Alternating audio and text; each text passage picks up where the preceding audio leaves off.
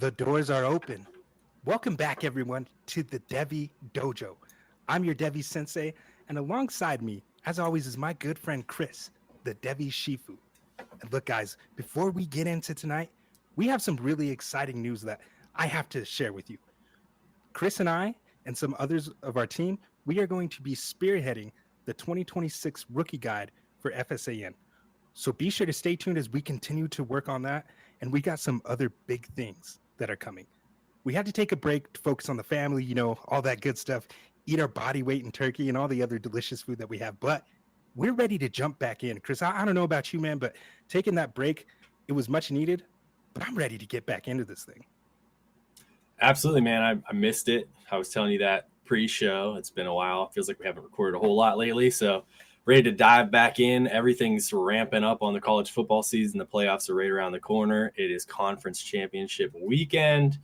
Should be a fun time here for the next, several weeks as we start to get into bowl season and get rolling, as you mentioned, into our rookie guide and really starting to dive in a little bit further away from the entire Devy scope and look a little bit more at what we're going to be doing in these rookie drafts in the spring. So looking forward to that. Can't wait for it, and I'm looking forward to writing all the rookie guides. It's going to be fun to dig into some of these players. A lot of work, but man, when you're having this much fun, nothing feels like work, right? So Absolutely. Excited to be doing that with you, man, and the rest of our crew.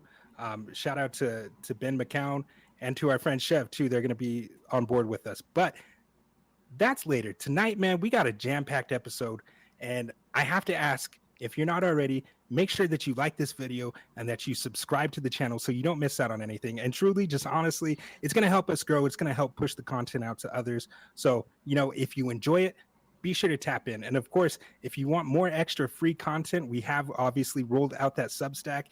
The traction that we've gotten there has been tremendous. The support that we've received from there is just, it's really, I don't want to say overwhelming, man. It just feels so good, man. I'm just so humbled to be doing that. So make sure to subscribe to the Substack. All of that is going to be in the description for this video. With that said, Shifu, why don't you go ahead and tell the people what we got for them tonight? Absolutely. So should come as no surprise. We've been alluding to it in our last couple episodes, but we are revisiting our quarterback belt tiers this week. And our first 3 episodes were wide receivers, running backs, and quarterback tiers. That's how we introduced the dojo to the world. We've now revisited our wide receivers and our running backs, and a lot had changed, especially in the running back era.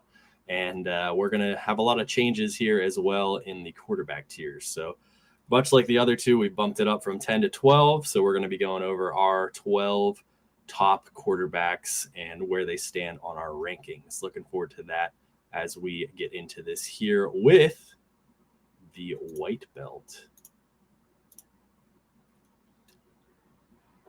Yes, sir. So right here, looking at the white belt, Chris, it says, and if you're watching, go ahead, you can pause the screen and read along, but I am going to read it for those who are listening on the podcast version. So white belt right here, true freshmen or players getting their first taste of action this season who have strong profiles, but little to no meaningful confirmation of their talent at the collegiate level. These are prospects with long runways and uncertain outcomes, but real potential to be future Devy studs. Absolutely. Here we go. Oh, there's a little preview there for the yellow belt. Somebody didn't delete things right, and that somebody was me. But you can see the nice little headshots of these gentlemen there at the bottom on our white belt tiers.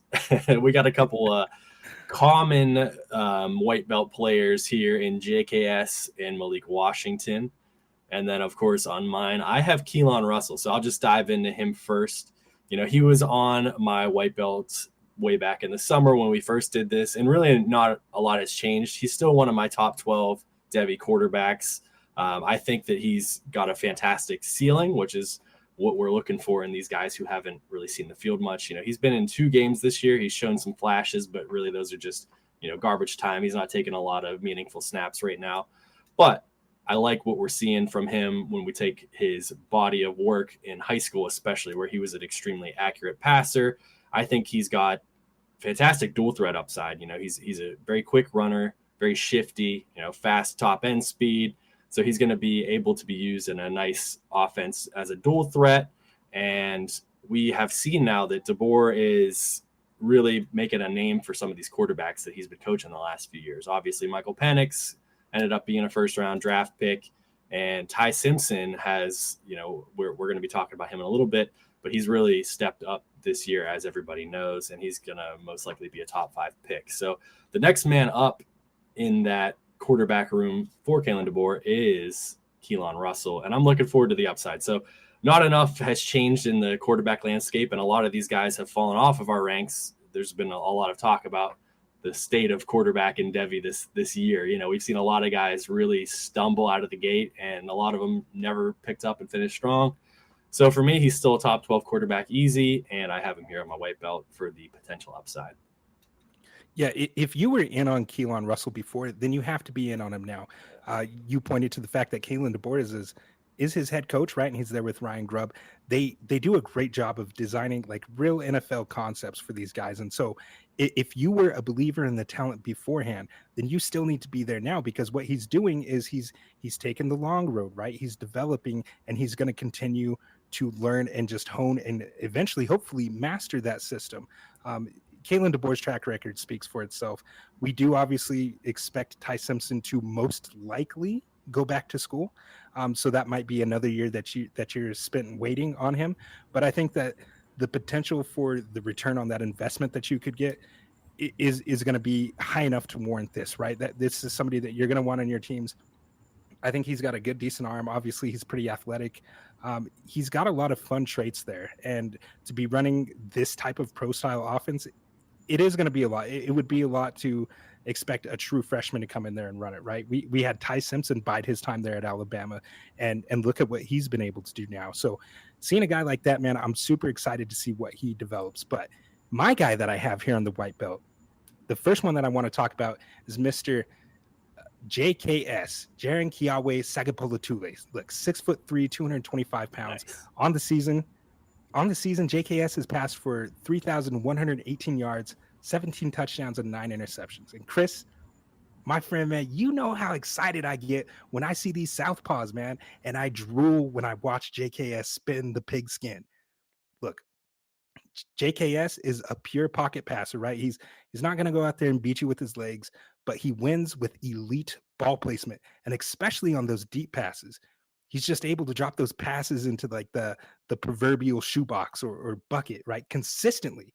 And it's evidenced by his class-leading 25 big-time throws. Like best in his class, 25 big-time throws as a day one starter, as a true freshman. But those 25 big-time throws, Chris, they're also tied for third best in the entire country. That's pretty good. In. I mean, yeah, that's pretty good, right? Like that's what you want to see. How could you not? How could you not? And we know, Chris, that JKS was a hot name to start the season in the Devy community. As you know, we saw a lot of big-time deals go down, right? Austin Nace obviously had the big-time. At the time, it seemed like a pretty, like, I don't want to say crazy deal, but people were still very in on DJ Lagway. And he sent DJ Lagway for JKS after, like, one game. And I think, to me, that's looking pretty good now. But that looks great right now, absolutely. It looks great. He looks like a genius right now. We did see, like, mid-season JKS kind of he cooled down a little bit, right? But man, oh man, did he come alive here towards the end of the season. Over his last 3 games, JKS threw for 922 yards, 6 touchdowns, and 0 interceptions. I do expect some teams to try to poach him from Cal, And selfishly, look, man, I'll admit it. I hope that he does, because I would love to see him go to like a more prestigious program and just get more national attention, because I love his game and I want to see more of him, and I want to see more people talking about him outside of like the Devy world. I want to see those big college podcasts talking about this dude, because I think that his talent warrants it. And I'm going to put you on the spot right here, Chris. Gun to your head. Who would you rather own as a Devy asset right now? Would you rather have JKS or Arch Manning? I know that was a trade that went down, and I'm still going with Arch, and we're going to talk a little bit about Arch here in a bit. But I don't think that if you had the gall to make that trade earlier in the year where you said I'm switching Arch for JKS, you're probably still happy with it, right? Because they both look like decent quarterbacks. There's a lot of upside for both of them. And if you were at that place, 2 months ago, I don't know why you wouldn't be at that place at this point, especially after his last game against SMU. So for me, I'm still going to go Arch, but it's got to be pretty close. It's absolutely close. I wouldn't fault either side. I'm going to go the opposite direction. I'm going to say JKS only because I've seen him do it immediately as a starter, right? Of course, we're going to talk about Arch later, so I don't want to bury the lead here.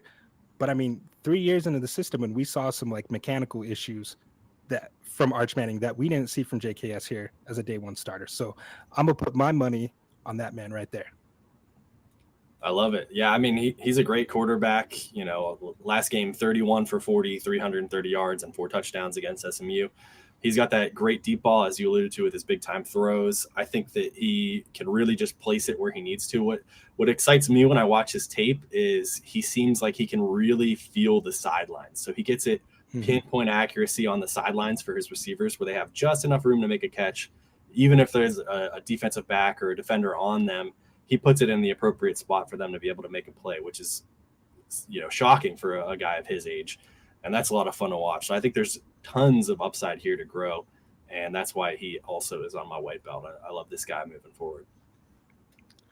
Love it. Love it. Well, we both got this guy right here, man, Malik Washington. And that's somebody that I don't think we spent a lot of time talking on the actual show. Of course, if you are part of the Discord, though, you know that both of us were relatively high. I think I was a little higher on him than you, but we both believed in the talent. Look, he's a hometown hero, right? He was there in Severn, Maryland, and he obviously went to Maryland right there. He could have gone to other schools, right? But he chose to go there and got that playing time. And he's just a guy that I was super excited to draft in Devy. You could get him relatively cheap in Devy. In C2C leagues, he was going a little higher, but man, what's not to like about a guy who's 6'5", 231 pounds? Like at the position like that just obviously screams like fantasy upside right there, because he does have that rushing utility. He has nearly 400 rushing yards on the season, but besides the rushing upside, Malik Washington just has a straight cannon for an arm, and he could attack all 3 levels of the field.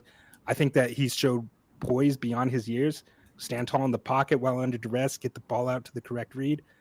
But for me, the most exciting part of his game is just that ability to shorten his release and throw from different arm angles. You don't always see that from these big guys with those elongated frames, right? The long arms. It can be a little harder for these guys to do some of that. So typically when you see guys doing that, they're like 6'3", kind of in that range. And he's a big boy out there, man. So I love that the hometown hero turned down offers from those more prestigious programs, like I said. And what's not to like about a guy that just decides to stay home? So, I mean, I had somebody recently ask me, talking about potential transfers and stuff like that with the portal opening up soon. And I'm like, man, no, I don't think these people are going to get Malik Washington. I think he's going to choose to stay there. So I'm just excited to see what the future holds for him. Yeah, I love that, the hometown here. I'm an old school guy, like you even mentioned with JKS. I'd rather him just stay at Cal, and I get it. You want to see some of these guys at bigger programs, but for me, it's like you go to school, this sometimes I grumble about the NIL era and the transfer portal era. I'm still grumbling about the National League getting a designated hitter too. So, I'm an old school guy in that sense, but it's nice that he's a local guy and it seems like he loves being there. Seems like he's a really hard worker. I know that his coaches, both at Maryland and in high school, and the Elite 11 coaches he worked with, everybody's always raving about his work ethic and the effort he puts in to make himself the best possible athlete that he can be. And he is one of those multi-sport athletes. He's very athletic, even with that big frame. He's a little bit of a rushing threat. I don't see a ton of that in his game necessarily, but he's had a couple games this year where he's really went off on the rushing game. I think he had a 70-yard rush from scrimmage at one of the games earlier in the year. at He the did. very beginning of the game, which was really cool. Last week, he threw for 459 yards, which was the most for any true freshman in the Power Four since 2019. His 38 completions were the most for a true freshman since 2020. So, I mean, he's doing some great things. There's a lot of upside here, obviously. He was 24/7's number 5 quarterback in the nation, and I think at this point he's proven that was well-deserved, if not maybe should have been a little bit higher. So I love him overall. I think he's got a good future. Maybe a little bit flying under the radar because he is at Maryland, but as you mentioned, he's probably going to stick around there. So, and that's still Big Ten competition. So if he can continue to do this year in and year out against some of these better defenses, more power to him, man. So there's a reason he's on both of our white belt tiers here. Yeah, the landscape of college football right now is just so much fun, dude. Like you're seeing these programs like Indiana, Vanderbilt. In this landscape, dude, they're able to be developed and just like risen to relevance. I guess you could say, like, people are excited to watch these games. I can't say that in the past I was too excited to watch Maryland, and now, like, as much as I can, I'm trying to tune in every week to see my guy Malik. We did get a little preview here of the yellow belt, man. So let's move on to that. We'll read the color belt there, and then I want you to talk dirty to me about Drew Mestemaker. Absolutely. And I almost put just a little side tangent here as my joke. If you all remember, we'll talk about this a little bit. I put my Dante Moore as a hater stamp on our QB belt tiers way back in the summer. I put the big red X over him, and I was like, I should just put Ethan Grunkemeyer on here just to mess with you, because I'm a big Penn State fan. Everybody's always saying I'm a homer, but obviously he's not on there. But I was like, I should have done that. That would have been a funny way to open this up. But we will move on to our yellow belt here. Yes, sir. Yellow belt. Promising quarterbacks with raw tools or strong recruiting pedigree, but who have seen limited live reps and or sustained production. This tier also includes quarterbacks of lower levels who may transfer to Power 4 schools. They're still mostly projection, but with opportunity to elevate their stock through development, transfer, or system fit. So, Chris, please, my dog, talk dirty to me about Mr. Drew Mestemaker. Yeah, and he's been a great name, and North Texas has been so much fun this year to watch. Who would have thought North Texas of all places? And if you listen to our last episode, or even if you checked out our Substack, I wrote up a whole bunch on his backfield mate, Caleb Hawkins, who in his own right is a fantastic running back. But what I like the most about Mestemaker is his background. This is a kid who did not start a single game at varsity. He was a 0-star walk-on at North Texas. And now he is leading the nation in passing, which is phenomenal. I mean, he's just been lights out. He's making all sorts of plays. He's absolutely filling out the stat sheet. And when you can come from that background where you're not highly sought after, you're not, somebody who got any offers anywhere, he's just walking on and doing his thing, and he's out there really making a name for himself. I mean, he's basically a household name at this point in college football, right? So everything he's done this year leads us to believe that he's going to get a lucrative offer to transfer to a Power 4 school. And that's the real question, right? That's why he's on our yellow belt, because he's showing us what he needs to show us right now, doing it all, making those cannon throws, lighting up the field against lower competition. But we need to see a little bit more out of him against better competition. But we're talking about getting 300%, absolute maximum of what you need to do as a player in his position. So love what he's doing right now. I think he's fantastic. He's got to be the hottest quarterback in the nation outside of the Power 4. So I think the future's bright for young Drew. Dude, like, whoever that dude's high school coach was needs to be fired. Because how do you have that level of talent on the field and not see it in practice? Because as we know, as fate would have it, somehow he got aligned with head coach Eric Morris there. And if you guys don't know anything about Eric Morris, well, I'm sure you've heard of Pat Mahomes, right? At Texas Tech, Eric Morris was an assistant coach. Morris recruited and coached Mahomes. He also recruited and coached Baker Mayfield his freshman season at Texas Tech before he transferred to Oklahoma. At Incarnate Word, he recruited Cam Ward as a 0-star recruit out of high school, and he helped him become that future number 1 overall pick. John Mateer, right? Another name. And Mestemaker, they're now the latest quarterbacks to have been discovered and coached by Eric Morris. He's talked about focusing on evaluating quarterbacks based on their intelligence and processing ability rather than just like the recruiting rankings. And boy, oh boy, man, does Mestemaker fit that bill.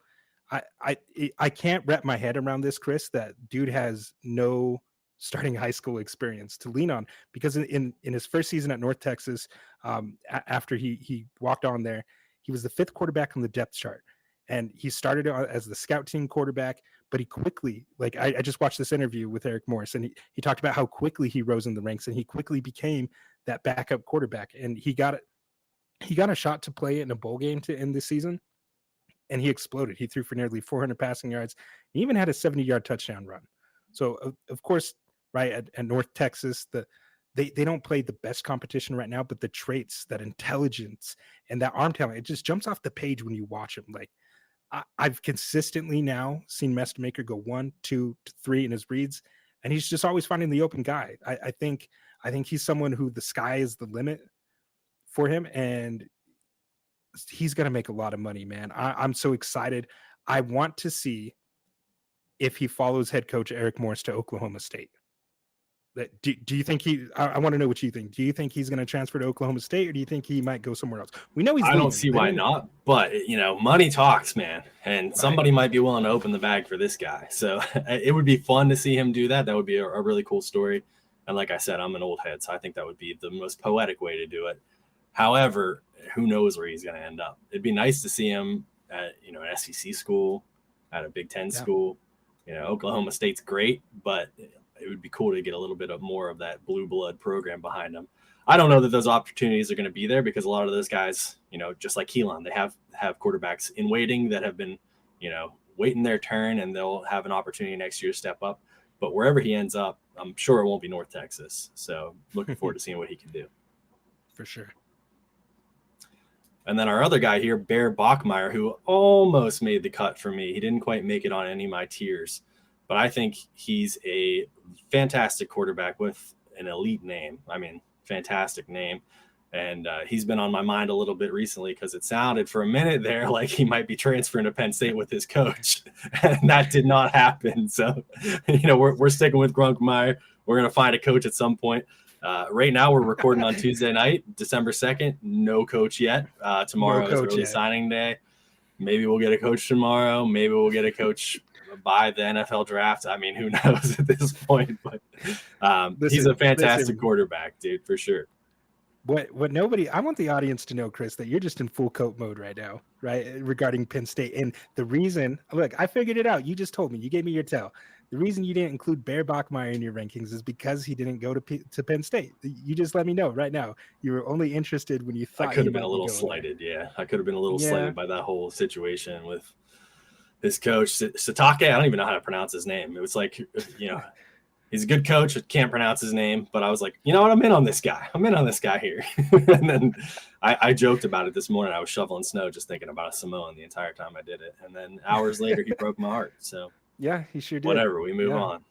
Yeah, Heupel's dogging on you guys too. You got the whole world dunking on you right now, man. It's been been rough. Yeah, my boy Chev's out here talking smack on me. Calling him. Yeah, it's been rough out there. Tough time.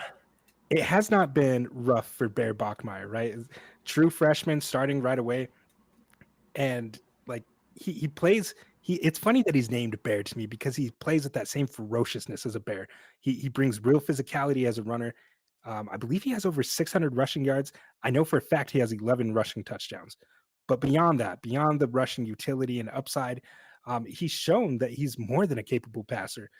His potential is through the roof, I think, if he continues to develop that aspect of his game. And more, especially this season, we have seen true freshmen starting from day one and finding success. Bear was a spring enrollee for Stanford, but he transferred from Stanford with his brother Tiger to BYU, which is just a crazy sentence, but transferred with his brother Tiger to BYU before fall camp started. So despite not being at the BYU program for long, Bear Bachmeier won the starting job. And as of right now, he's led BYU to an 11-win campaign. And like you said, we're recording on Tuesday, December 2nd. The penultimate college football playoff rankings came out. And as things stand today, it looks like BYU is going to make it in. So that's a really incredible job from a true freshman starting quarterback. And unlike others in this tier, I do not foresee Bear transferring. Kind of like what we talked about with Malik Washington there. I don't see him transferring after this season. He feels like a guy who's going to finish what he started. I mean, he wears number 47 as a quarterback, for good God. Like, he's his own person, right? He seems to really like BYU. I know that as a recruit, he turned down offers from some more prestigious programs. I believe Alabama sent an offer to him, and he turned that down because playing immediately was really important to him. So maybe, perhaps, if the perfect scenario arises, he could make that choice. But just based on the vibes, like, this is vibes analysis right now. I just don't really see it, man. I think he's happy there at BYU. He's really fun to watch, man. Somebody I wish I was higher on before the season. Some of my most trusted confidants were telling me that I need to be in on Bear, and I just couldn't get I couldn't get past the number, man. But ball don't lie, man. Dude's really, really good, and he deserves to be on this tier. Yeah, vibes is a great word with him, man. He's just an all-time vibes guy right now. And you're right, those BYU, those Mormons, man. I mean, the Crumble Cookie CEO just backed up the Brinks truck to keep the coach around. There's something about it. Once they get you there, they ain't letting you leave. You know, it's like the Stepford wives or something, man. They fall in line. No. So, yeah, they're definitely. I think he's going to stick around there and hopefully continue to grow as a quarterback. But yeah, he's very close to my top 12. He just didn't quite make the cut, maybe because I was slighted by him. Who knows? But that wraps up our yellow belt. So we will go to the blue belt. Yes, sir. We are a well-oiled machine tonight, man. Blue belt. Blue belt we got here. Quarterbacks with strong physical tools or pedigree who have gotten on the field and demonstrated talent but have struggled with consistency or full utilization of talent. They show promise, but their Devy value lags behind higher tiers due to the murkiness surrounding their floors. These remain intriguing but volatile prospects. Keyword there, intriguing but volatile.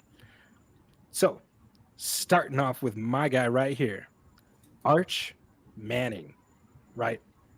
6'4", 219 pounds. On the season, he finished with 2,942 yards, just a little shy of 3,000, 24 passing touchdowns, and of course, 7 interceptions. Arch Manning, at the start of the offseason, Chris, he was the prince who was promised. And I think it's fair to say he did not deliver on those expectations that he had. Early on, man, we'll just say he looked awful. He looked terrible out there. His footwork in the pocket was atrocious. I think his mechanics just overall were flat out not at an SEC level. It was so bad, Chris, that he had a 44% completion percentage against UTEP in week 3. Right, that was supposed to be the get right game, and he really struggled. If he had been a freshman, I think that I would have cut him a little more slack. But this is year 3 in the system. Was not the entire point of him going to Texas and sitting on the bench, it was so that he could develop under the great Steve Sarkisian. And it makes me question Steve Sarkisian a little bit on how good of a developer he actually is after seeing the fall of Quinn Ewers prior to that. But I have to say that through all the hate that he received online, Chris, to his credit, he's just continued to persevere. Over the last 5 weeks, I've seen real growth from Arch Manning. 3 out of the last 5 games, we've seen him pass for at least 300 yards. And it was not easy for Arch Manning to get to those numbers. Straight up, I'll just be real. Arch Manning has been under duress all season. He's the 3rd most pressured quarterback in the entire country, with PFF citing 85% of that responsibility on the offensive line. But through that pressure, a diamond in his game has been formed. He's showing a much better feel and anticipation in the pocket. And this last game versus a ferocious Texas A&M defense, I'm sure you saw the clip too, Chris. I know you were watching the game. Manning stepped up and he just was able to skillfully navigate the pressure in the pocket. He was able to make some big time throws.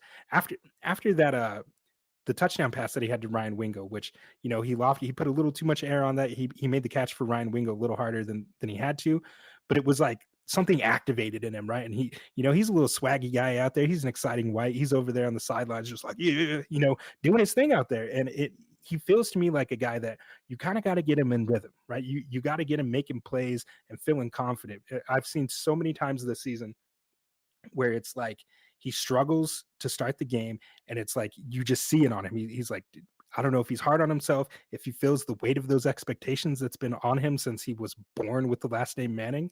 I don't know what it is, but it's like when he makes a big play, something fires up inside of him, and that competitive nature comes out.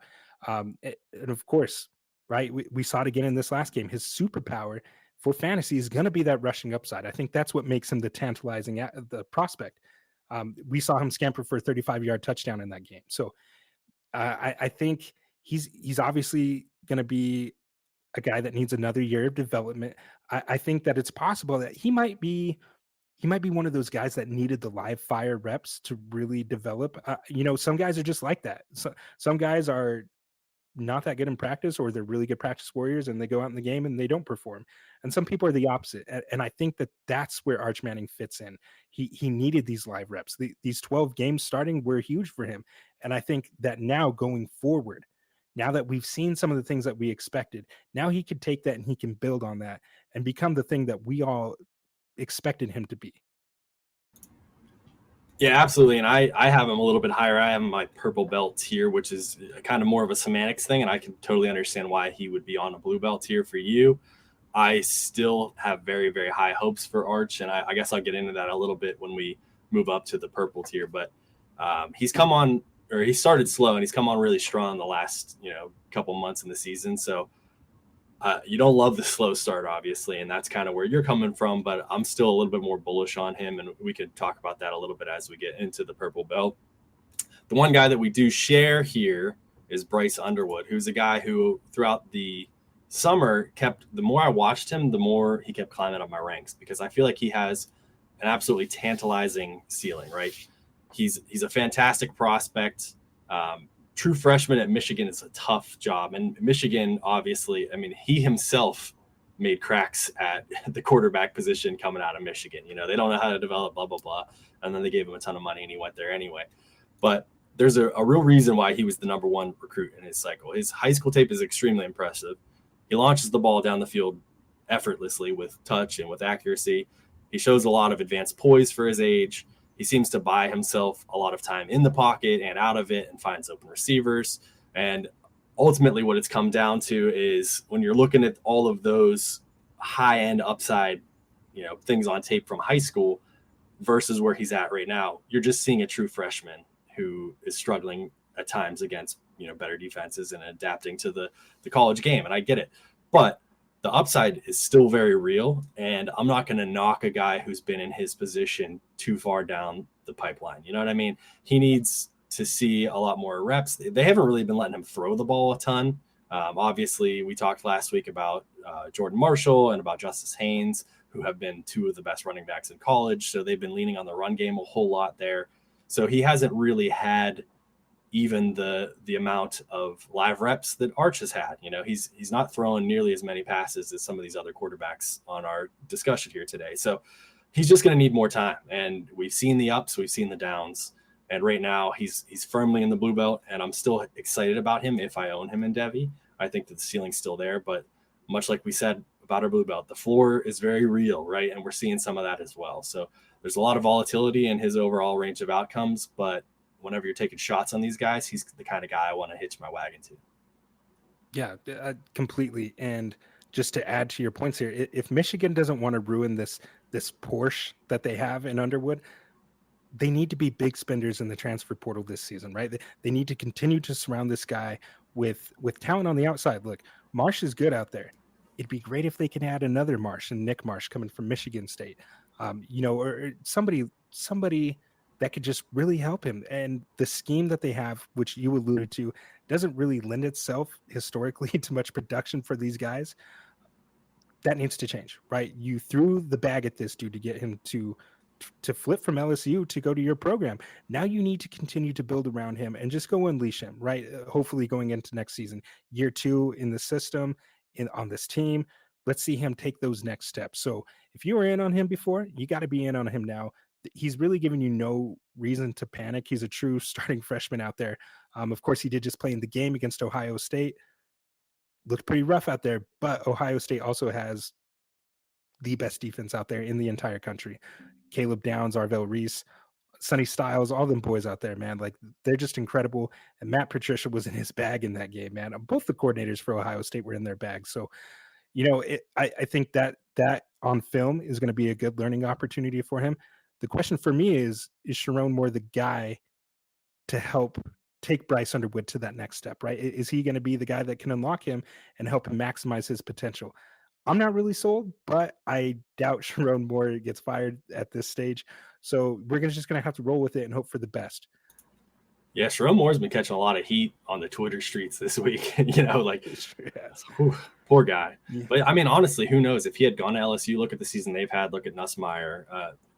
Look at our next guy, Trinidad Chambliss, who might be transferring there with his coach. You never know. So this is probably the best outcome for him, is just stay there, see how things go. It would be nice if they could get Nick Marsh, who has decided that he's transferring. He's put his name into the portal there. So he's declared he will be moving on from Michigan State this offseason, and that's an easy sell, right? You don't have to travel too far, man. Just come over here. We got a great quarterback. Be a lot of fun. Ann Arbor. Yeah, we'll see. Like that's a pipe dream of mine, I think, because Nick Marsh, obviously he's a Michigan guy right there in the state, but he said that he's grown up hating the University of Michigan. So that would also be quite a heel turn to go to the hated rival. Not quite as bad as going to Ohio State, but whew. But we might have Cam Coleman, right? Like there's going to be other big names out there. So look, if you're throwing the bag in Underwood, throw a little money to some people on there on the outside. We don't have to just. I know it's been Michigan's identity since the 1800s, right? To be a tough-nosed, physical, run-it-in-your-face type of team. But, let's adapt a little bit. Let's become a little modernized. And let's not ruin this Ferrari that we have. Don't become the meme of the Ferrari parked in a trailer park, right? Like, let's not do that to Bryce Underwood. Please, God, I beg you. But we've talked enough about Bryce Underwood. He's on the thumbnail as well. I want to talk about Trinidad Chambliss right here. 6 foot, 200 flat, 3,000 yards, 18 touchdowns, 3 interceptions. No one saw this kid coming. I wasn't in on Trinidad Chambliss. You probably didn't know who he was. I can't really say that I did either. You were in on Austin Simmons, though. He was on your white belt in our first quarterback tiers back in the offseason, and Trinidad body bagged you on that one. Yeah, he sure did, man. And I still feel it, man. That hurts. I'm still in on Austin Simmons, man. But I think he's a dark horse candidate to potentially transfer to LSU. I don't know. That could be Cope right now, but it's probably it's Cope. It's definitely Cope. I recognized it. I shut that down. But Chris, playing from D2, right, 0-star recruit, taking over for Austin Simmons, like you painfully reminded me. He's led the Ole Miss Rebels to an 11 win season, only 1 loss. Obviously dominating there in the SEC. I think to be able to play at that level, it just obviously points to the talent that he have. But now comes the question. He's listed at 6 foot flat, but I think there's a pretty big chance that he's actually a lot smaller than that. And at that size, you're already at a huge disadvantage at the next level. But to Trinidad's credit, he's very mobile. He's comfortable working in the pocket. And to me, like the game that really stood out that showed this poise was the shootout versus Georgia this season. In that game, I think that he showed me everything that I need to know about him. He's just a guy that can elevate his level of play. And look, he can hang with them big boys now. Don't get it twisted. He's out there performing and putting up real numbers. And Trinidad, he throws a really good deep ball. He's tied for 8th in the Power 4 with 21 big-time throws. He technically, Chris, has run out of eligibility and would have to declare for the 2026 NFL draft, but he did recently put in a waiver to grant him that extra year of eligibility. From what I was reading today, his argument is essentially that as a Division II transfer, he should have been given a retroactive redshirt season from 2022 because he only played in 2 games in that season. So if granted, I think that it creates this interesting scenario. Does he stay at Ole Miss or does he follow Lane Kiffin and go to LSU? If he does get that extra year, where would you like to see Trinidad Chambliss play for next season? I kind of think I know what you're going to say. Would you rather him stay at Ole Miss or would you rather see him go on maybe to Lane Kiffin? Leave Austin Simmons at Ole Miss. Follow your dreams. Follow the coach that made you, man. You got to go to LSU if the opportunity's there. And it is an interesting situation to follow for sure, but he's been fantastic, obviously. I mean, they're going to be in the title game this weekend without their head coach, but with most of the other coaching staff there. So we'll see how he does in that. He's really made a name for himself. I actually wrote him up in our Substack about a month ago in my Risers and Fallers, talking about how great he's been, and he's just consistently done that since then. He hasn't had any the wheels have not come off in the months since I've wrote him up. So if you are listening to this and you're not subscribed to our Substack, it's great free content. We're bringing all sorts of heat to you, 3 articles a week, unless it's Thanksgiving week, and tons of information there. So you don't need to wait until December to hear about Trinidad. You could have read about it on October 29th. So that's right. Little plug for us there. But yeah, I mean, he's been fantastic. There's a reason that he took over and Austin got healthy, and they said we're just going to ride the hot hand because he's been phenomenal. He looks great. I even had wrote at that point that there was some talk that maybe he was limiting the offense a little bit because of his lack of arm strength, but I didn't really see that on tape, and it shows that he's really kind of overgrown that in the months since then as well. So I would love to see him get another year of eligibility. I'm not sure what the future holds. I'm not sure if because of his size that he's going to have a real impact in the NFL, which is why he's not on my top 12. But I think he's a worthy addition here because he's one of the most fun quarterbacks to watch in college right now. Yeah, he made me a believer because I came in with the same doubts. I'm a size king, right? Especially at the quarterback position. You're just at such a disadvantage, not just from a physical frame standpoint, being able to withstand hits and things like that, but just simply being able to see over your offensive line, right? We've seen Kyler Murray struggle with that, where he has to escape the pocket just to see his wide receiver running downfield. And who does that hurt? It hurts their first round draft pick, Marvin Harrison, the most, right? So we've seen that archetype in the NFL.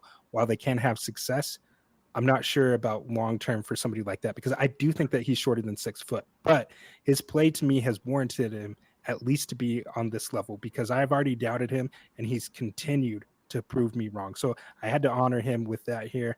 He's definitely earned this color belt here. So Mr. Trinidad Chambliss, we salute you today. But let's go ahead and talk about your boy now, Lenore Sellers, because you've been in on him since day one. You're continuing to rep him. So I want to hear what you say. Man, I love this guy. He was my quarterback 1 coming into the year, and it has not been pretty, obviously. He's not even on your top 12. So it's been an ugly year. I think anybody who had high hopes has been seeing that. It hasn't – the results have not been great. He's only got 2,400 yards, 13 touchdowns, and 8 interceptions, 61.6 QBR. Not looking fantastic on the year, very up and down, but that's perfect for the blue belts here because I still love the upside. And, when we're talking about fantasy, right, which is what this is all about, we're talking about him getting to the NFL and being a fantasy monster. He's going to do that with his legs. And even that, there really hasn't been a lot of opportunity for him there at South Carolina. It's really starting to look like we kind of alluded to this. There's not that many weapons for him at South Carolina. It's not the greatest offense around him, and that's really kind of holding him back a little bit. And I would love to see him transfer. I don't know that he does, but because he seems to love it there. He's already turned down other opportunities to go elsewhere. But, man, if we could just get him somewhere else, I think we could really tap into his overall ceiling. And, maybe we talk – Cope's the word of the day today. Maybe it's just Cope for me because I had him so high. But I love the overall – ceiling potential for him at the NFL level, because he doesn't have to be the greatest passer in the world if he's using his legs. And if he gets a shot, even for just a few years, he's going to be a fantasy monster, I think, at the NFL level. So for me, it's been tough. They're 4-8. We've seen the last of him for this season. Who knows what the future holds for him, but I still love the overall tools, and it's just an ugly situation for him. So still on my blue belt, still somebody who I'm, happy to have on my Devy rosters, because a lot of these guys we talk about all the time, they're just lottery tickets, especially with quarterbacks. Quarterbacks are like water, right? They come in waves. They can be very strong like a tsunami, or they can be a little tiny puddle on the side of the street in the rainstorm. And right now he's not quite a puddle, but he's maybe like a little pond that's been sitting there for a while. It smells a little bit. So we need a future transfer or something to really get the full potential out of him. But the ceiling's still there, so I'm not quite hitting the panic button on him yet.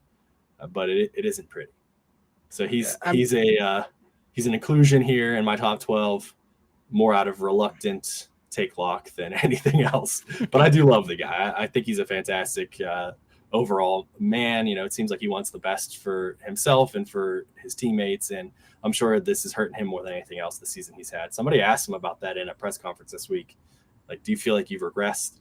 And he said something to the effect of like, well, I mean, I don't think I've regressed, but defenses get better too, you know. So, which was a good answer, I think, you know, like Yeah. kind of throwing it back a little bit, like, you know, maybe I'm not getting as good as I could be, but everybody else is getting good too. So we'll see what the future holds for him, man.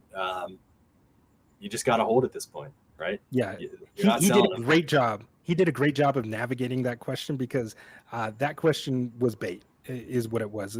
Absolutely, It was intended. It was trying to get him to throw his team under the bus. Because let me throw some stats at you, Chris. All right, I know you're a numbers guy, Mister Analytics out there. 59.8 completion percentage on the season in 12 games played this year. 59.8 completion percentage. But when you look at the adjusted completion percentage, it spikes all the way up to 71.5. Also, there's been a lot of drops, right? So that's what that stat points to.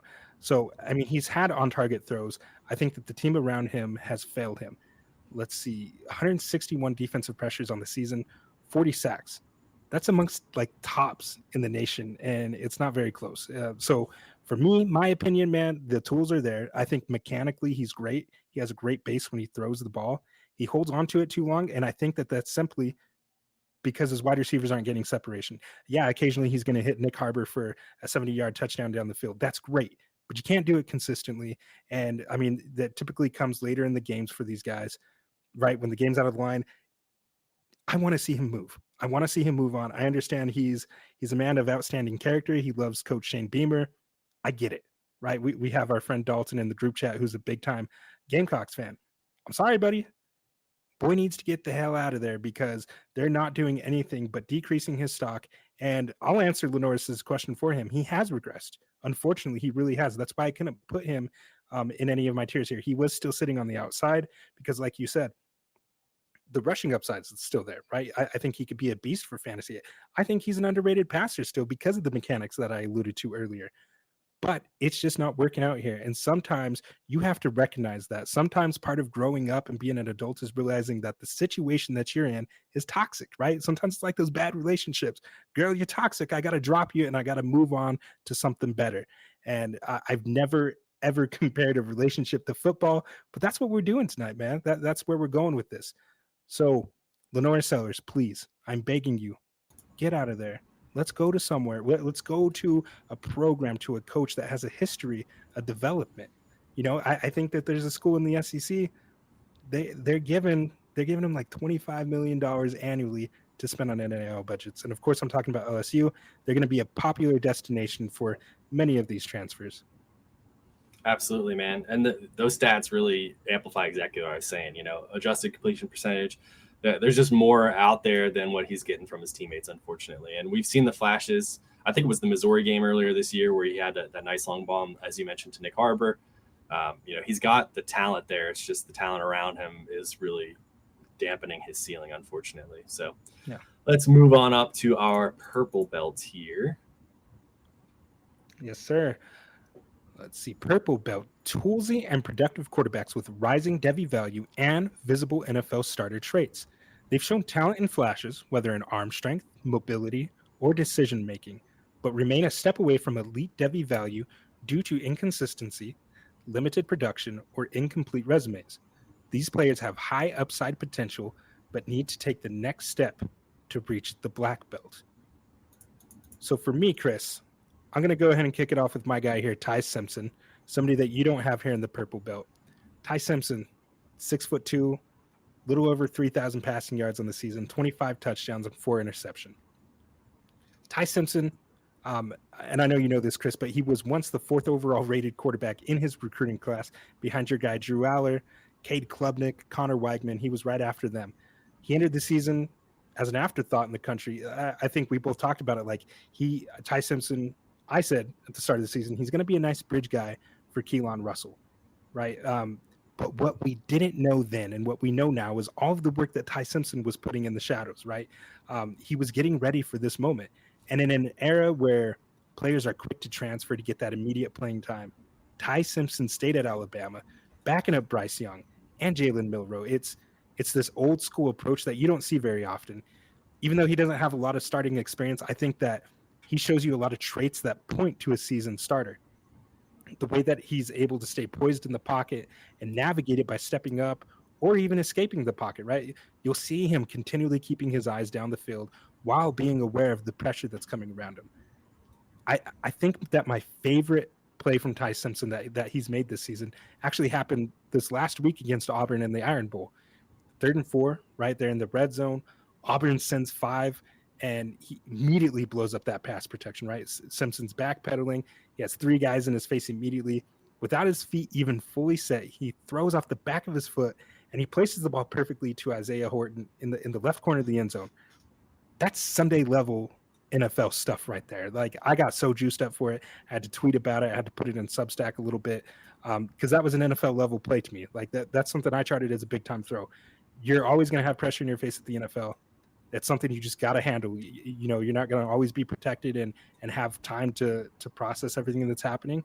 And you got to make those reads. You got to make those throws. And boy, oh boy, man, did he do it. And Bama, honestly, they haven't really done him any favors with the offensive line. They can't get any push in the run game. They don't have a run game at all, and they're consistently allowing pressure. It makes them one-dimensional, man. Like teams know how to go out there and attack Bama. They don't have a running game. We're just going to blitz. And Ty Simpson does a really good job of handling it. Sometimes he makes errant throws. I mean, of course you're going to when you constantly have defensive pressure in your face. But can you imagine where Alabama would be if they didn't have Ty Simpson right now? Like, that's a scary thought to go down. Where would Alabama be? I can guarantee you they would not be playing for the SEC championship without Ty Simpson on their roster. He does have some struggles, some little knocks in his profile. He struggles to consistently hit the deep ball. But again, hard to get passes off with that Alabama offensive line.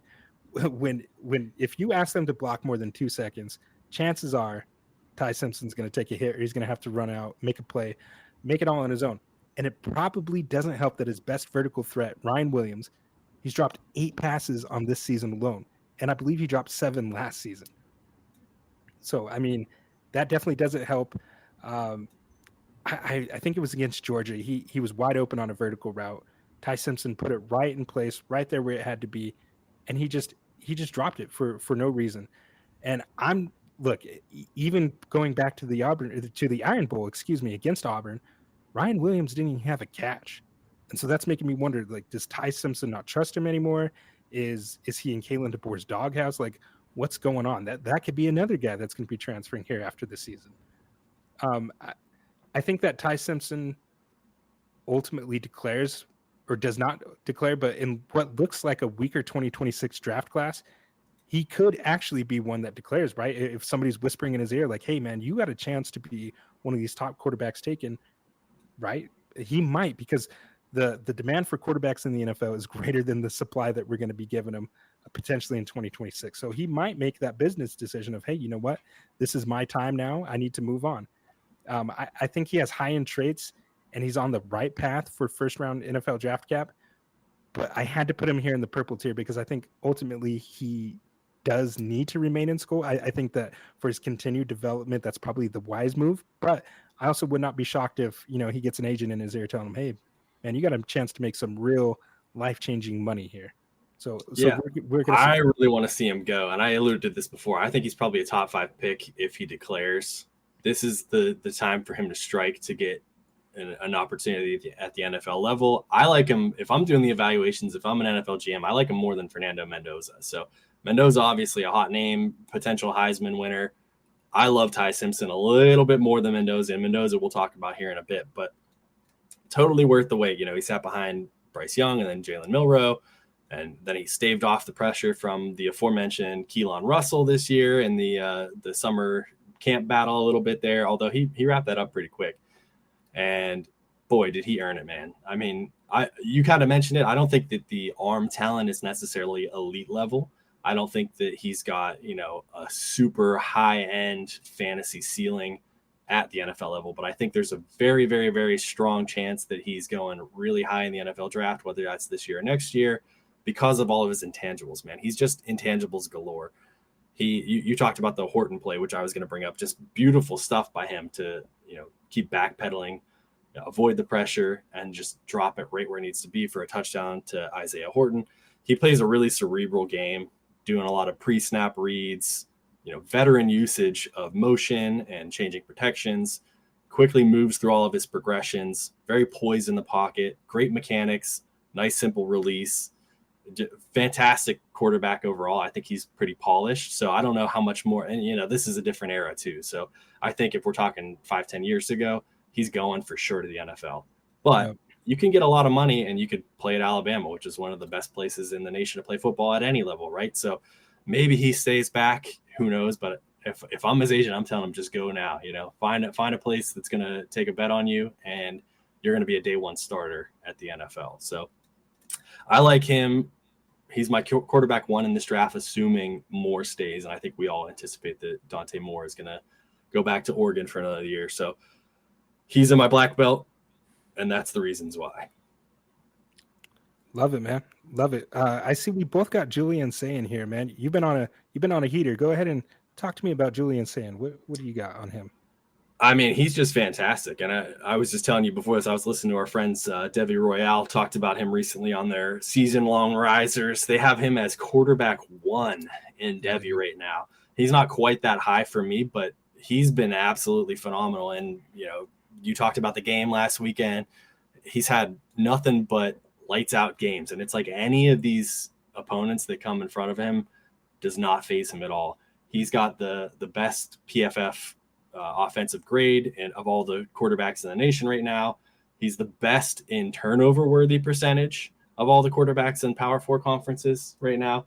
Just doing everything it takes to be more than a game manager, but manage the game well. You know what I mean? So that he's not losing any games and he's going out there and winning it. And there's a reason why, and I've always liked Carnell Tate, as people know that listen to the show, but there's a reason that Carnell Tate is such a riser this year. It's because his quarterback has been phenomenal in getting him the ball. And obviously we know Jeremiah Smith is the prince who was promised on the wide receiver side. But Sayin has proved that his 5-star recruit rating is fully worth it. And I got to pat myself on the back because I had him in my white belt tiers coming into this season. So your white belt was looking a little ugly here in the offseason, my friend. I got to dig at you a little bit. Shouldn't have been Austin Simmons on it. Should have been Julian Sayin. But, I mean, he's just looked phenomenal, man. Yeah. Austin Simmons is a southpaw, man. That automatically bumps you up my ranks. It's going to bump up for you a little bit. Yeah. I saw JKS too, and I did the same thing, man. I got a type. Look, I know what I like. I don't know why I wasn't. It's not that I wasn't in on Julian Sayin. I just liked Austin Simmons a little more. I thought I loved the baseball background. Look, I don't got to explain myself to you, Chris. I don't got to explain. Yeah, absolutely not. Talking about Julian Sayin here, and man, I mean, he quickly went from unproven to Heisman favorite in a short amount of time. And if you want to see a masterclass job on how to bring your young quarterback along, look no further than what Ryan Day and Brian Hartline just did with Julian Sayin this season. Look, he started off a little slow against Texas week 1. Obviously, like, they didn't want to put too much on his plate. They said, you got a lot of weapons around you. We can go out here and play good, stout defense, and we're going to win in that fashion. And then, of course, over the course of this cupcake schedule that they've kind of had, they've been able to take the training wheels off, and you've really seen him take that next step. And like, literally the most accurate quarterback in the country right now. 79% completion percentage is just absolutely bonkers. And when you look at the adjusted completion percentage, it goes all the way up to 84%. Insane, dude. And of course, there's always going to be that hater that says, well, of course Julian Sayin's good. He's got Carnell Tate and Jeremiah Smith and all these weapons on the outside. And look, I get it. But it's not like he's just dumping it off and they're running 80 yards to the house. This dude is throwing down the field vertically, putting it in spots where only they can get it, or he's putting it on the correct shoulder on the outside and allowing them. It maximizes their ability to go out there and get yards after the catch. And that's what some of the truly elite, accurate quarterbacks have been able to do. And for him to flash that at this stage is just incredible. Yet redshirt freshman, he sat one season on the bench and now he's taken over. And Ohio State hasn't lost a step. In fact, I think that they're a more complete team this year, which is incredible to think about all the talent that they lost to the draft. And now they come back and it's like they're looking like they're going to run it back with a very young quarterback. And I mean, I think the best is yet to come for him. I think looking ahead to the 2027 NFL draft class, you have to say that Julian Sayin's the number one quarterback in that class as of right now, just because of all the tools that he already presents. He's very intelligent, right? His processing ability pre and post snap is really incredible to see. And like I talked about with head coach Eric Morris talking about that, something he really looks for. It's the trait that I think is the most important for the quarterback position, just because it is such a cerebral position. There's so many things going on pre and post snap, and just to be able to do it, what he's doing, I can't talk about it enough. It's truly incredible. He's morphed into Julian Super Saiyan. Love that. Yeah. A lot different from our what's wrong with saying, or what are they saying episode we did back in the summer when he Yeah. was in a little bit of a quarterback battle. I mean, he looks fantastic, and you summed it up perfectly. I mean, over 3,000 yards, 30 touchdowns, only 5 interceptions. The one knock I think would be that the best team defensively that he played was that week 1 game against Texas. He hasn't seen like a ton of super elite defenses. His schedule has been a little bit softer, but Yeah. much like we talked about with Drew Mestamaker, you're maximizing as a true freshman right now. Julian Salen is maximizing. He can't do anything more, right? Like, he's been phenomenal. So every opponent that's in front of him, he's dominating. So when your best opponent is Texas or Michigan or Illinois or Penn State or whatever, not great if you're looking at strength of schedule, but he's got a lot of room to grow. And like you said, he's got to be the quarterback one in that class right now. So there's a reason why he's up here in the purple belt for both of us. I also have Arch Manning here. I don't want to pine on about him for too long because we did talk about him. He's the man, he's the myth. He's not yet a legend, but a lot of people say if he's up this high for you, it's probably name scouting and whatnot. But the truth is, name will matter in this case, right? He's a Manning, right? And if you think NFL GMs don't care about that, they're going to sell a lot of jerseys whenever they sign this guy or draft this guy. So that does have an impact on where he's going to go. I think that if he comes out this year, he's probably a first-round draft pick. He's been phenomenal to end the season, as I discussed. He's got that rushing floor, a little bit of extra bonus points on his fantasy profile, which is great. But when we're just talking about his passing, in the last 5 starts, he's been 3 of those games were against top 10 teams. 62% completion, almost 300 yards passing per game, 15 touchdowns, 2 turnovers, and the 13th best QBR in the nation. So forget everything you heard earlier in the season about Arch Manning and why people were so down on him. He's still very, very good, and he's shown development as the year goes on. So when you come out as falling on his face as he did, and you can rebound the way he has against all these fantastic teams, that's everything that I need to see. And we're anticipating that he's not going to the draft. He's going to stay at Texas for another year. So next year is going to have a huge impact on whether he can rise back up to that black belt tier for us, whether he can become the quarterback one in that class. I think that there's a strong chance that he's going to continue to build over the offseason and become even better of a quarterback, kind of the one that we thought he was going to be. So I like the way he's finishing the season right now. He's still very high up for me. That's why he's on my purple belt. But we don't need to talk about him anymore. Everybody's probably sick of Arch Manning, and I'm going to write an article about him on Substack this week too. So if you want to get more, check us out on Substack. Hey, good plug, man. You're such a professional, Chris. Look at that plug again. Yeah. CJ Carr is the last guy on both of our purple belt tiers, and he's just looked absolutely fantastic as a redshirt freshman. We talked about that fall camp battle he was having, and they definitely picked the right quarterback to do it for them. Yeah. He's just throwing absolutely beautiful balls out there, showing us that he's ahead of the development curve. But I know you got a lot to say about him, so I've been chatting a while. I'll let you dive right in. Oh, you're good. I mean, I was pretty much going to say the same thing, man. I mean, we saw it week 1 versus Miami. Dude looked the part. And then again, in week 2, he had a showdown against Texas A&M. Of course, they did lose both of those games, but those are quality losses. And you've just continued to see him develop. And he layers the ball well. He could throw it over a defender. Pretty accurate. He has some rushing utility, not the greatest rusher, right? He's more of the traditional pocket passer. But I mean, I don't really know what more to say about it. I feel like I'm continuing to say the same things about these guys. It's not often that you see these inexperienced quarterbacks come and play with this level of processing post and pre and post snap. Yeah, all 3 of these guys on my tier right here, they exemplify that the most. And I'm excited to see CJ Carr in the college football playoffs. Assuming they get in, it looks like they might sneak in here. But I think the game plan would try to be shut down Jeremiah Love, and let's put the game on the arms of young CJ Carr. And so I'm really excited to see him take that next step. Because look, boy, you're not a redshirt freshman anymore. You made it through 12 games, and now you're entering the postseason, and the competition, right? The competition is going to get better. These games are going to get tighter, and the pressure really amps up. So I think that this is going to be a good litmus test for where he's at, and it's going to be good for his overall growth. Notre Dame is a really, really good team, and I think obviously they made the national championship last year. I don't mean to bring up painful memories of Jeremiah Love, beating you guys down, but they're a really good team. And I Enough think that pain has transpired since then that I've let look, it I'm, let I'm it go. sorry, man. I've let it go. But if and when they get in, I think that they're going to be a team that knocks some others out, and I would not be surprised at all if we get a rematch between Ohio State and Notre Dame. It wouldn't shock me at all. And I think that with CJ Carr, obviously over Riley Leonard, they have more of that down the field threat, and I think that's going to be huge for them because you saw Ohio State. Obviously, Jeremiah Love wasn't in that game; he wasn't very healthy. But if they're able to shut down a running game, can CJ Carr go out and win the game? And I think that he can. So I'm really excited to see his performance there. I don't really have much else to say about him.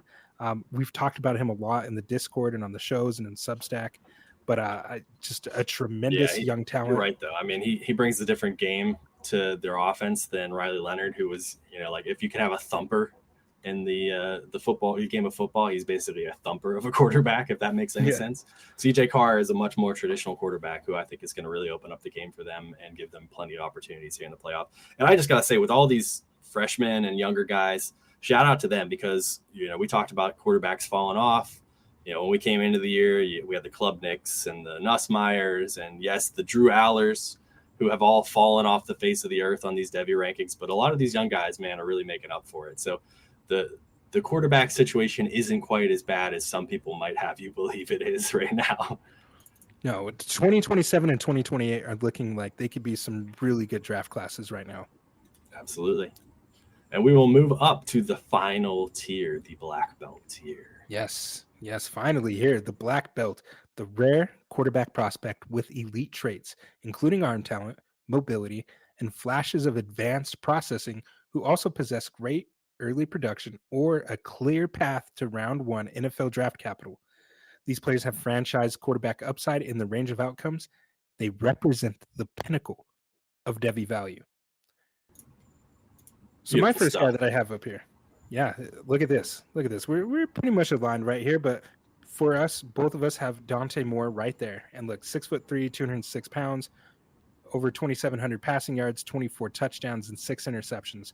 Look, a big thing that I look for in these quarterbacks, Chris, is obviously I've said how they process pre and post snap, but another one is how they handle adversity. And we all know that Dante Moore has faced adversity, right? He had the first year struggles at UCLA, like 3 straight games with the pick 6. He was ultimately benched. He really became a nice post-hype sleeper. And now, after sitting a year at Oregon and getting his chance now to go and be the starter, he's really developed quite nicely. And if he were to declare for the NFL draft, he'd be my quarterback 1 in that class. He's obviously extremely accurate with a 73% completion percentage, 81% adjusted completion percentage, but it's not just ball placement. What I want to highlight tonight in Dante Moore is just his intelligence, and that's what stands out the most to me. Last game of the year, he just had a beautiful throw. It was along the sidelines, right? Tightrope throw, dropped it right over the defender. Again, that's high level stuff. There was a safety bearing down, and he was able to fit the ball in between there, like on a rope too, to throw the ball with that much velocity and still maintaining that accuracy with all the chaos going around him. Like it was really cool to see. And I point to that as an NFL level throw. But because he has this intelligence, because he has such a command of the Will Stein offense in the second year in the system, he knows exactly where the ball needs to go against any coverage. You look at his splits throwing against man and zone, it's elite in either type of coverage because he knows exactly where, it's like cheating, right? He knows the answers to the test. How can you beat a guy that already has all the answers before you even show what you've got?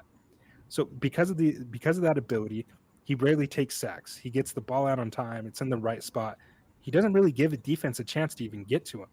So, I mean, to me, that's what makes him an NFL level guy right now. And look, we did just recently get the news. His offensive coordinator, Will Stein, did take the head coaching job at Kentucky. Now I'm asking, dude, like, you said we think he's going to stay. I'm thinking he might. I talked about this in the Discord today. I think that points to him possibly actually declaring for the 2026 NFL draft class, because at this point, what more do you have left to prove? Do you really want a chance and stay at Oregon and possibly not be a good fit in whatever offensive system they're trying to run, potentially maybe a new system? And I do understand that Dan Lanning has a really good recent history of finding offensive coordinators. Obviously, he had Kenny Dillingham, and then he found Will Stein too. So maybe he can find another guy. But why chance that? Like, you've already shown everything that you have to.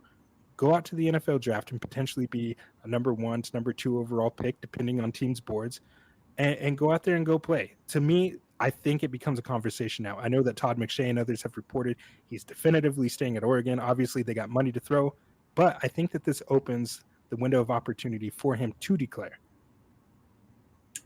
Yeah, absolutely. And he would be my QB1 in the draft as well. I mean, you basically read all my notes, so you nailed it. I would just say he has the best release, I think, of any quarterback I've seen, man. It's just so easy with amazing velocity, just effortlessly. And you talked about it, great ball placement. He's got that clutch gene, obviously. He just began the downfall of my Penn State team in overtime. He had that one play, 25-yard touchdown drive in overtime. Man, he's just been phenomenal. He's faced all the adversity that we wanted to see out of him this year. At first in the season, we talked about, he's doing well, but these are lesser opponents, and he's done well even as the opponents have progressed into, Big Ten conference play. He just looks fantastic, and it would be nice to see him come out and make it to the NFL right away. That would be a lot of fun. Yes, sir. Okay, the next one for me, Chris, we're nearing the end here. I have Fernando Mendoza, 6'5", 225 pounds. I think he's obviously been the biggest riser at the quarterback position to the season, and it's not even close. I was a little lower.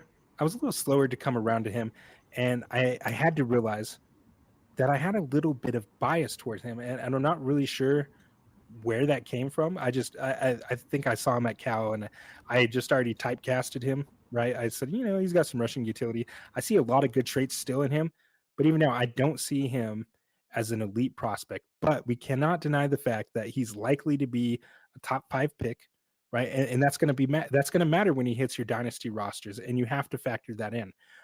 I've come around to him a little bit, hearing him talk. It's hard not to get a little fired up. As former player, I would run through a wall for this dude. He clearly understands what it means to be a leader for his team. He understands body language and just going out there and putting his body on the line for his team. He's a tough SOB, man. He was out there against Penn State that last drive, dude. He's taking hits, standing in the pocket, and just making the throws that he had to go out and win the game. That obviously the touchdown pass to Amari Cooper Jr. gets all of the recognition. It's over all the highlights, but that entire drive that he had was just clutch. And he did it against Iowa as well earlier in the season too. He's had several comeback victories this season. And when somebody has that clutch gene in them, Chris, I pay attention, because for whatever reason, that seems to translate to the NFL. So he just has that moxie, the clutch. I wouldn't say any elite physical talent, but he has those intangibles that I think really make him a guy that can go to the NFL. He's going to be a top end pick. He's going to go to a bad team. And I think he has all these intangible traits that will allow him to become a program changer. He's talked about playing with Kirk Cignetti and all the other misfits at Indiana, changing that program around. And I just think that he has all of those abilities to go in there and say, look, I don't care about the past, right? Say he goes to the New York Jets. I think that he could be a guy that could potentially turn it around depending on what they do around him, but he just fits that bill to me. So I've come around to him a little bit, right? He might not have out of this world numbers and passing yards, but he does lead the country in passing touchdowns. And again, shows the clutch gene. So there's enough there for me to say, okay, I'm in on him. I have to recognize these things. He is now a black belt because, of course, once you get closer to the draft, you have to start. That's what we do with these black belts. It's absolutely, man. And you and I were texting, whatever it was, a few weeks into the season, where it's like, he's getting a lot, and it's like, I was the same as you. Like, I don't. He hasn't really been on my radar, but we got to start putting in the work. And obviously, there's a reason why he's a Heisman candidate. There's a reason why he's going to be a top 5 pick in the NFL. Fantastic player. I mean, props to him for transferring to Indiana and doing what they're doing over there. Just a great move by him. He's just got a strong ability to progress through his reads, deliver strikes to open receivers. You mentioned the play, of course, against Penn State. I mean, he looks fantastic. That's going to always stick in my mind forever. He just looks completely poised. I think he's got the best poise of any of these quarterbacks that we're talking about today. Nothing phases this guy, which is something you absolutely need.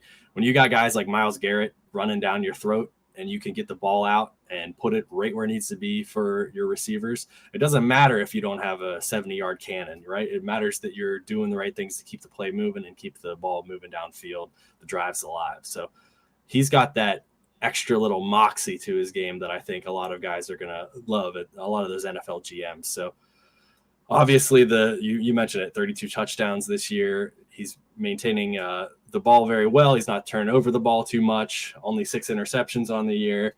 He looks fantastic so far.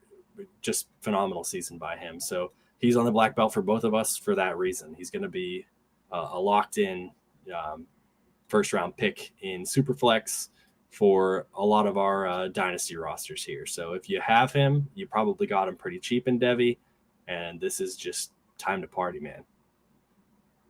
Yeah, take the profit and run. I think just hearing him interview, man, he's some GM's going to fall in love with the kid, and I can't really blame him. But that is all for tonight.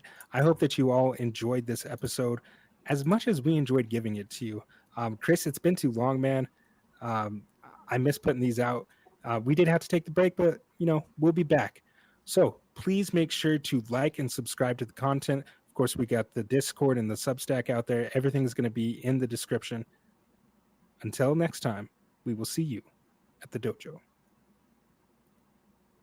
We are here. FantasySportsAdvice.com, offering the best fantasy sports social media platform. Why join endless Discord communities or the trolls of Reddit?